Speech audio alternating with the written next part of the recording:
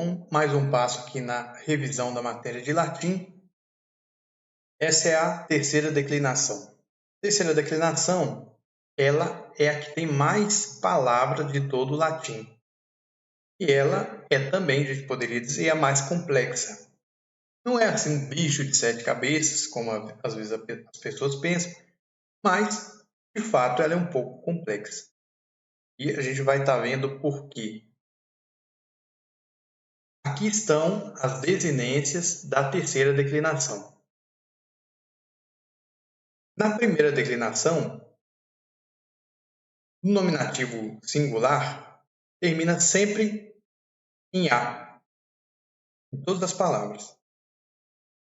Na segunda declinação, nós temos alguns grupos. Então, por exemplo, os masculinos vão terminar em us, em er ou em ir, no caso de vir, que é homem. E o neutro vai terminar em como bellum, que é guerra. Agora, na terceira declinação, e aqui o motivo dela ser difícil, você tem vários nominativos possíveis. Então, nunca vai dar para você bater o olho numa palavra e falar assim, essa aqui é da terceira.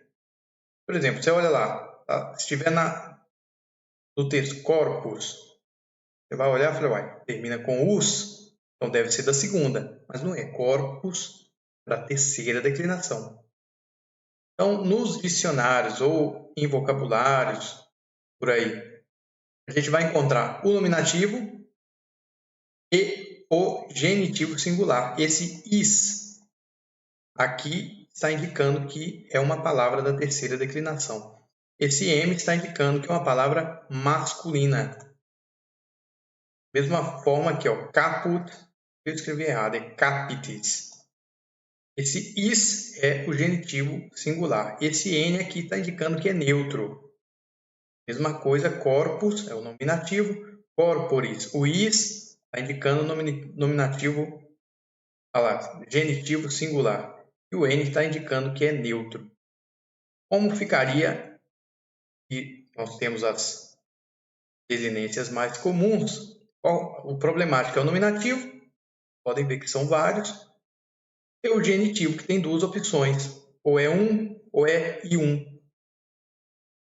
Vamos ver mais para frente como aprender a discernir qual que é um, qual que é outro. Labor, labore, significa trabalho. Como é a declinação desta palavra? Nominativo, labor. Vocativo, sempre igual ao nominativo, labor. Genitivo, labores. Ativo, labore. Ablativo, labore. Acusativo, laborem. Plural, labores. Vocativo, labores. Nesse caso dessa palavra, laborum, laboribus, laboribus, labores. Então, aprendendo as desinências principais, com exceção do nominativo e do vocativo, que é sempre igual ao nominativo, você consegue identificar num texto ou numa frase qual função exerce aquela palavra. Agora o neutro. Caput, capitis. Nominativo, caput. Vocativo, caput. Genitivo, capitis. Ativo, capiti. Ablativo, capite. E o acusativo em todos os neutros é sempre o acusativo é igual ao vocativo. Então, caput. Plural, capita. Ele não vê falar aí na televisão, per capita. Por cabeças, é o plural de caput. Capita. Vocativo, capita. Genitivo, capitum. Ativo plural, capitibus. Ablativo plural, capitibus. E o acusativo, capta. Corpus, corporis, mesma coisa. Corpus, corpus, corporis, corpore, corpore, corpus. corpora, corpora, corporum, corporibus, corporibus, corpora. Assim por diante. Tendo em mente, decorando as desinências normais, o nominativo, aos poucos, a gente vai, conforme a gente vai lendo, a gente acaba aprendendo. Agora, tem algumas regras que nos ajudam. Como descobrir o nominativo? Aqui está a regrinha, são vários, certo? Então, daqui, urbis. Vamos supor que a gente achou essa palavra aqui numa frase. Está lá, urbis. Significa da cidade. Pelo isso, você descobre, ó, isso aqui é genitivo singular. Só que eu tenho que olhar no dicionário. Vamos supor que eu não souber o significado, eu quero olhar um significado alternativo. Só que o dicionário só tem nominativo singular. Como é que eu faço? A gente sabe que uma palavra, a desinência dela é raiz. Aliás, a maneira como ela se apresenta é a raiz da palavra mais a desinência. No caso aqui, você tem a raiz, urb, mais a desinência do genitivo singular, is. Então, urbis. Alguém poderia pensar, bom, então basta pegar a raiz urb mais a desinência do nominativo. Problema. A terceira declinação ela pode ser qualquer coisa. Mesma forma essa palavra, milites, significa os soldados, nominativo plural. Se eu tiro a desinência, a raiz fica milite. Se eu olho no dicionário milite, não tem. E agora, como é que eu faço? Se eu olho no dicionário urbe, não tem.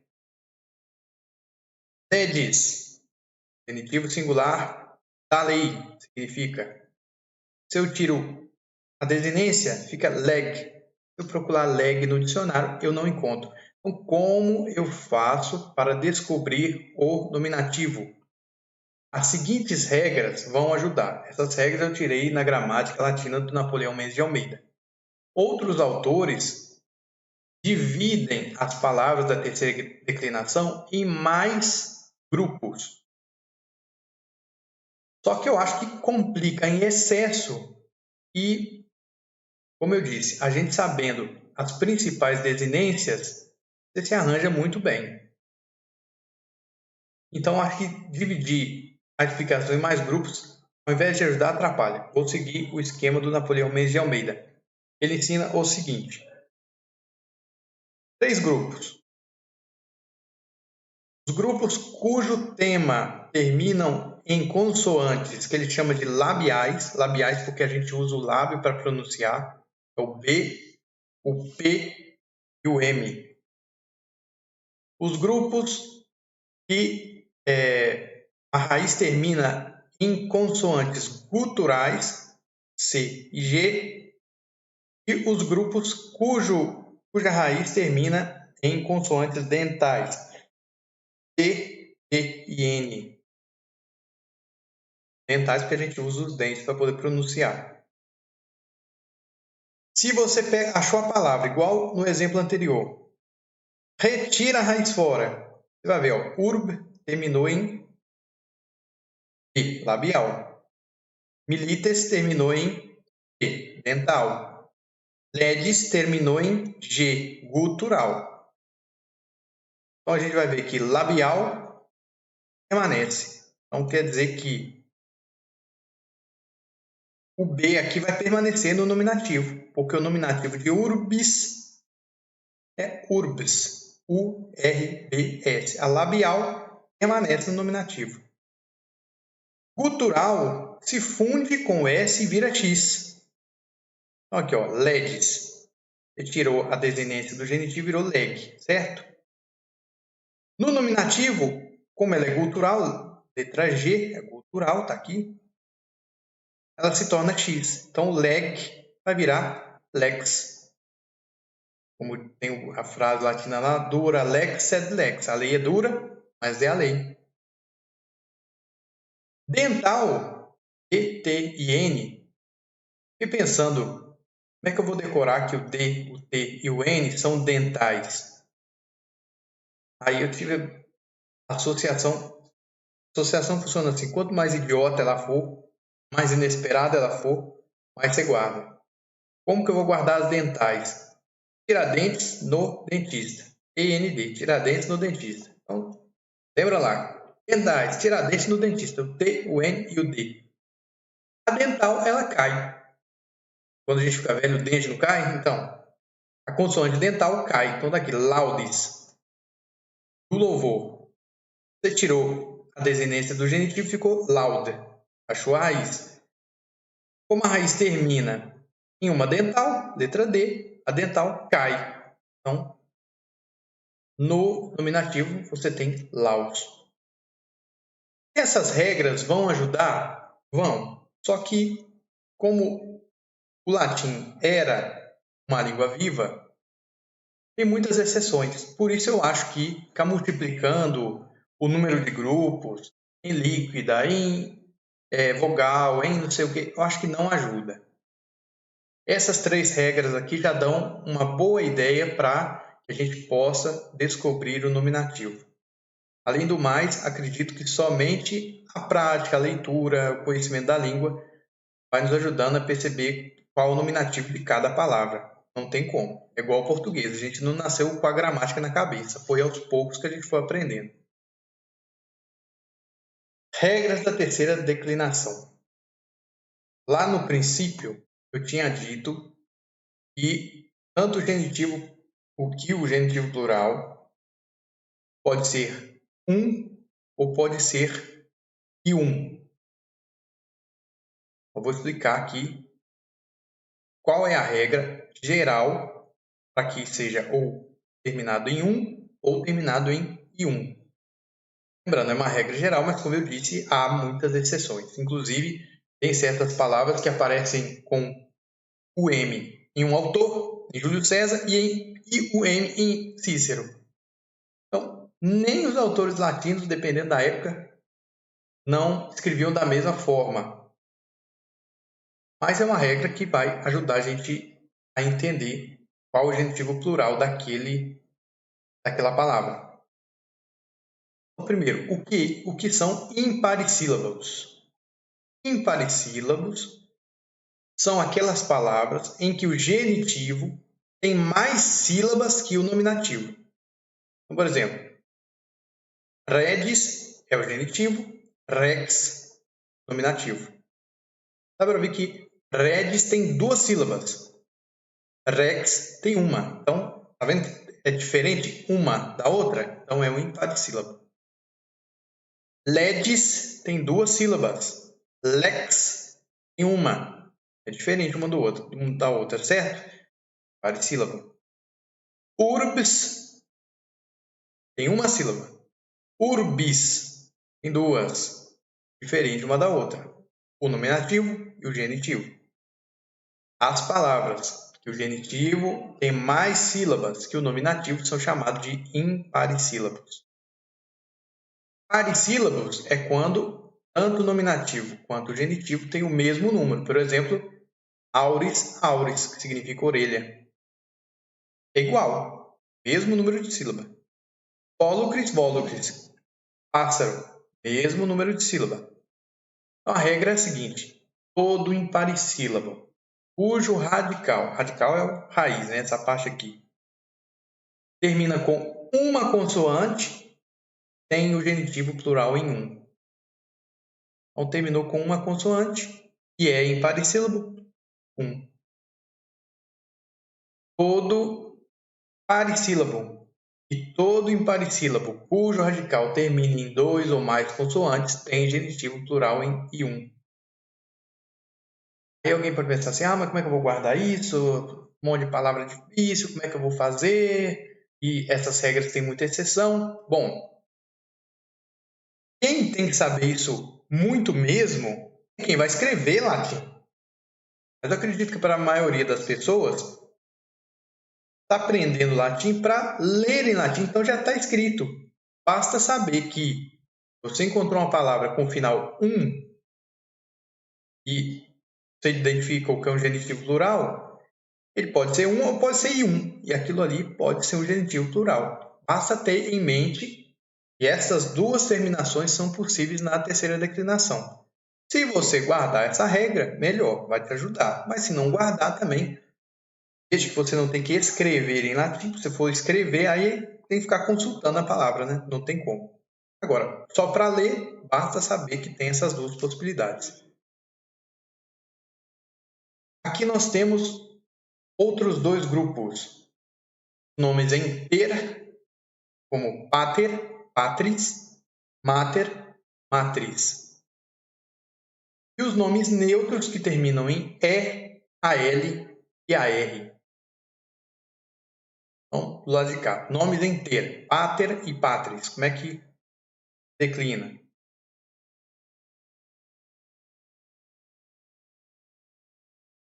Nominativo singular, pater. Vocativo, pater. Genitivo, patris, patri, patre, patrem. Patres, patres, patrum, patribus, patribus, patres. Regularíssimo, mesmo para mater. Observando que, assim como na segunda declinação, os nomes em er, quando chega no genitivo, o pater, esse E aqui some. Então vira patris, sem o E. E R já vai direto para a desinência. Mesma coisa mater. Mater, mater, matris, matri, matre, matrem. Matres, matres, matrum, matribus, matribus, matres. Neutros terminados em E, AL e AR. Os neutros que terminam dessa forma, eles têm a seguinte particularidade. O ablativo singular é em I. Então, em todas os outros grupos é em E. Nesse caso aqui, I. Como todo neutro, o nominativo é igual ao vocativo e é igual ao acusativo. E nesse caso aqui, o plural não é em A apenas, como os demais neutros, mas em IA. Então, por exemplo, a palavra mare, maris, que significa mar, seria declinado como mare, mare, maris, mari, mari, mare. Plural, maria, maria, marium, maribus, maribus, maria. Lembrando que é Maria, o acento é no A. Primeiro A. É diferente do nome da primeira declinação, Maria, que é o nome da mãe de Jesus. Diferente, é Maria. Está falando do mar. Aí, no caso, plural, maris. Então, a terceira declinação, como eu disse, se a pessoa decorar bem esse esquema aqui, acho que já é mais de meio caminho andado para conseguir identificar as palavras da terceira declinação. Decorando essa regra aqui facilita para quando for buscar no dicionário o nome da palavra e também essa do genitivo plural e também dos nomes em ter e os neutros em E, AL e AR. Aqui terminou em E, por isso ele entra aqui nesse tipo de nome neutro. Então essa é a terceira declinação.